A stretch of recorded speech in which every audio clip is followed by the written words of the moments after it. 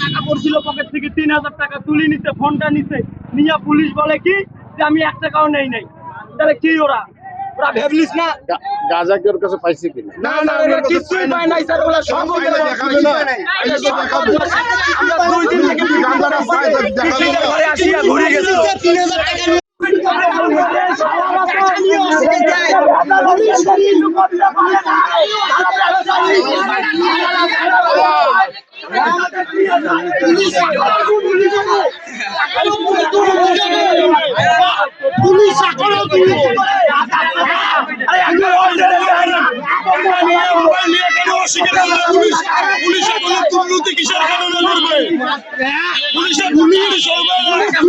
আমাদের এসআই দুজন আসছিল, ওরা একটা অভিযোগ করছে। আমার সহযোগিতা হিসাবে আসার পরে আমরা আসামিকে নেওয়ার পরে যখন গাড়িতে উঠাই সিজালিশ করবো, এই মুহূর্তে আমাদের উপর আক্রমণটা করে।